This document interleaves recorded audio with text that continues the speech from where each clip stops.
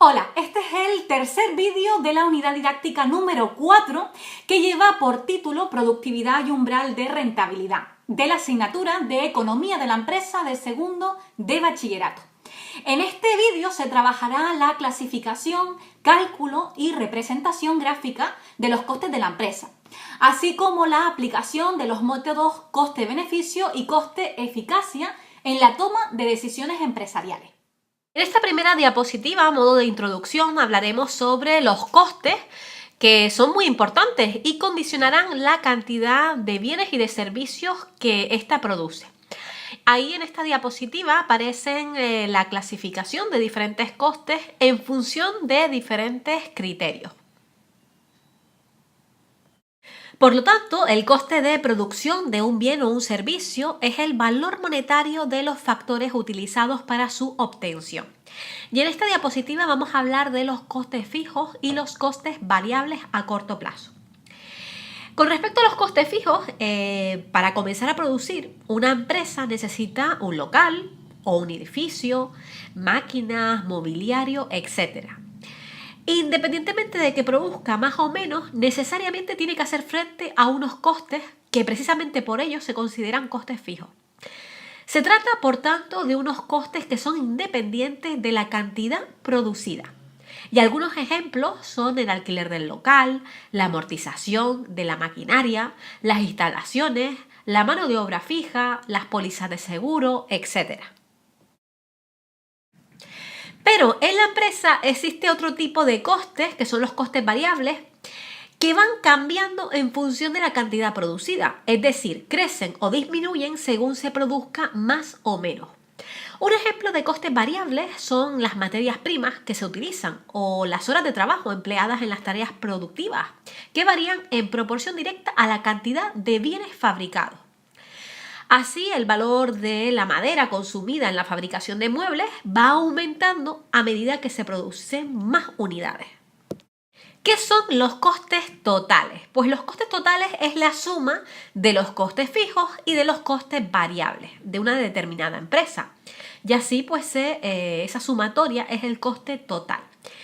La representación gráfica de la función de costes totales parte del eje de ordenadas a la altura de los costes fijos y transcurre paralelamente a la curva de costes variables. La pendiente de la curva de costes totales es la misma que la de costes variables, ya que la primera se obtiene sumando los costes fijos que son constantes a los costes variables. ¿Cómo calculamos el coste medio o el coste por unidad? Pues lo vamos a hacer dividiendo el coste total de un periodo entre el número de unidades producidas, o sea, Q, en ese periodo. Y así obtenemos el coste medio o coste unitario, es decir, lo que cuesta por término medio producir una unidad de producto. Ahí en la práctica vemos cómo se deduce que el coste variable medio es igual al coste variable partido de Q, lo mismo que el coste fijo medio es igual al coste fijo partido de Q. En definitiva, el coste total medio es el coste total partido de Q. Vamos ahora a calcular los ingresos y los beneficios. Ya es que la empresa obtiene sus ingresos de vender en el mercado los bienes y servicios que produce. Es decir, los ingresos se van a obtener por el producto del precio por las unidades vendidas, P por Q. La diferencia entre los ingresos y los costes totales es el beneficio de la empresa. Los beneficios, al igual que los costes y los ingresos, siempre van referidos a un periodo de tiempo, un mes, un trimestre o un año. Por lo tanto, la fórmula de los beneficios es igual a ingresos menos costes totales. Veamos un ejemplo. Vamos a hacer un cálculo de los costes, los ingresos y los beneficios. Tenemos este primer ejercicio donde una empresa produce al año 20.000 unidades de un bien con unos costes fijos por valor de 300.000 euros y unos costes variables de 25 euros por unidad producida. Si esta empresa vende cada unidad a 50 euros, ¿cuál será el beneficio anual? Pues lo primero que vamos a hacer va a ser calcular los ingresos, ¿verdad? P por Q. Multiplicamos P, que es 50, por Q, que es 20.000, dando un total de 1.000.000 de euros de ingresos. El siguiente paso será calcular los costes totales, pero para ello primero vamos a calcular los costes variables. El coste variable es igual al coste variable medio por Q. Y haciendo esa multiplicación nos da un total de costes variables de 500.000. Ahora ya podemos calcular los costes totales, porque el ejercicio nos daba los costes fijos y los costes variables que hemos calculado ahora previamente, dando un total de 800.000 euros en costes totales. Y como ya sabemos, el beneficio de una empresa es ingresos menos costes. Haciendo esa diferencia nos da un total de 200.000 euros. Bien, ese sería el resultado final de este ejercicio. Pero si queremos calcular cuál es el coste medio, pues también lo podemos hacer, porque el coste medio es el coste total partido de Q, que nos da 40 euros.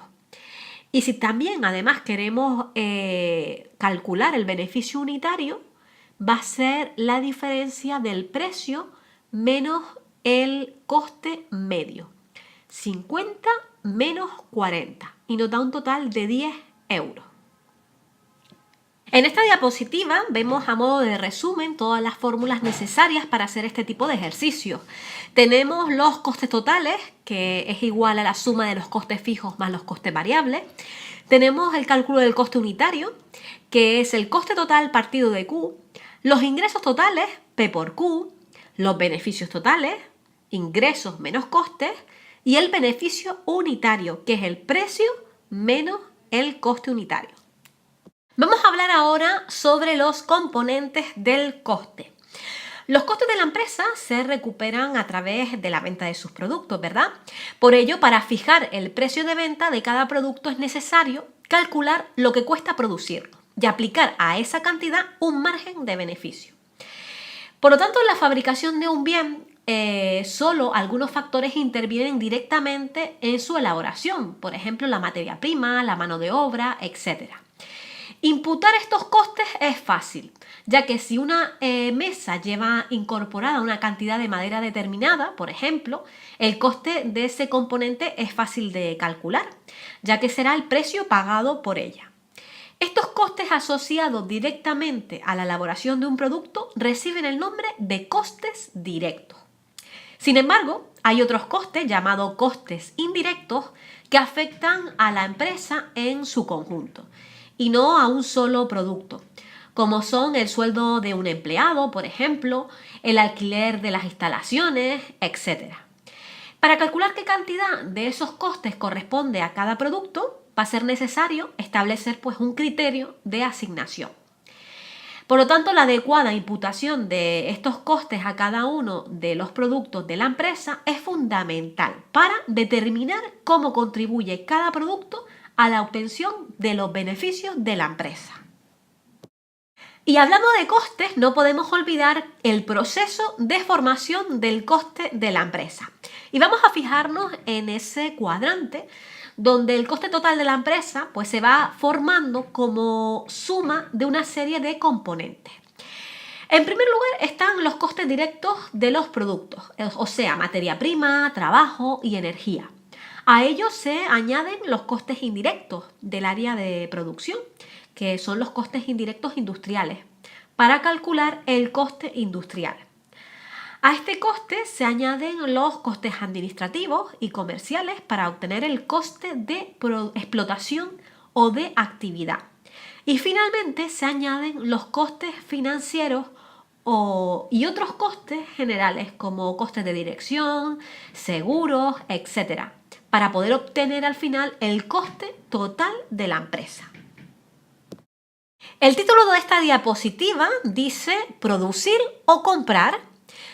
Y es que, como sabemos, las empresas que fabrican automóviles, por ejemplo, instalan en sus coches unos neumáticos, unos asientos o una caja de cambios de otros fabricantes, ¿verdad? Mientras que otros componentes, como el motor, por ejemplo, los produce la propia empresa. Pero ¿por qué les conviene a estas empresas producir unos componentes mientras que otros los compran en el mercado? La respuesta es muy obvia. Los fabricará la propia empresa cuando le cueste menos producirlos que el precio que tendría que pagar si los adquiriera en el mercado. Para decidir esta cuestión, lo que hacen las empresas es calcular los costes fijos que les supondría fabricar un determinado componente, así como el coste variable de cada unidad. Si se sabe cuántos componentes se necesitan, o sea, Q, el precio de fabricación del componente de la empresa será el coste fijo más el coste variable medio por Q. El siguiente paso es conocer cuál es el precio al que podría comprar el mismo componente en el mercado.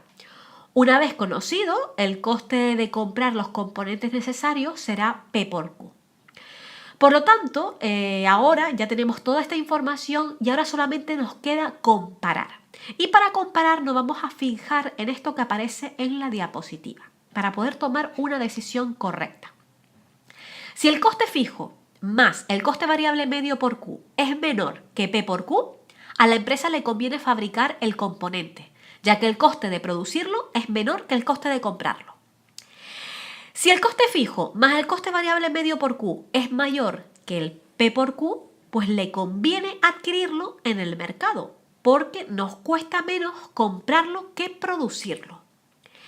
Y si el coste fijo más el coste variable medio por Q es igual a P por Q, es indiferente, ya que ambas cuestiones cuestan lo mismo. Bien, y una vez que ya hemos comparado esas expresiones anteriores para poder tomar una decisión, vamos a coger la última de las expresiones y vamos a despejar Q. ¿Para qué? Para obtener el número de unidades a partir del cual es preferible producir a comprar. ¿Y cómo lo hacemos? Muy sencillo. Cogemos esa expresión, esa última expresión, y vamos a despejar Q. Para ello vamos a sacar el factor común. Y como ven ahí en la diapositiva, observan cómo podemos obtener Q despejando y nos queda una fórmula que dice que Q es igual a costes fijos partido de P menos costes variables medios. Para entender mejor todo esto que hemos comentado, vamos a hacer un supuesto práctico. Supongamos que tenemos una fábrica de frigoríficos que necesita incorporar a cada producto un componente que puede o fabricarlo o bien comprarlo en el mercado a 5 euros la unidad. Si lo fabrica, los costes fijos son de 30.000 euros y el coste variable de fabricación de cada componente es de 2 euros. La pregunta es, ¿qué decisión debe tomar si la producción anual de frigoríficos es de 15.000 unidades? Bien, lo primero que tenemos que hacer es coger la última fórmula que hemos visto y a partir de esa fórmula vamos a ver cuántas unidades nos interesa para poder producir. Y vamos sustituyendo y nos da un total de 10.000 componentes. Por tanto, para necesidades superiores a 10.000 componentes es preferible fabricarlos que comprarlos. Pero como se necesitan 15.000 componentes, comprobaremos que producirlos es la decisión acertada. ¿Y qué vamos a hacer? Pues vamos a sustituir. ¿Cuál es el coste de producir? El coste de producir va a ser la suma de los costes fijos más los costes variables. Cogemos los costes fijos, que es una cosa que nos da el ejercicio, y el coste variable lo vamos a calcular gracias a el coste variable medio por Q. Y como ven, el resultado final del coste de producir es 60.000 unidades. ¿Cuál es el coste de comprar? El coste de comprar es P por Q, precio por cantidad, que nos da un total de 75.000 euros. Por lo tanto, para una producción inferior a 10.000, interesa comprar en vez de producir.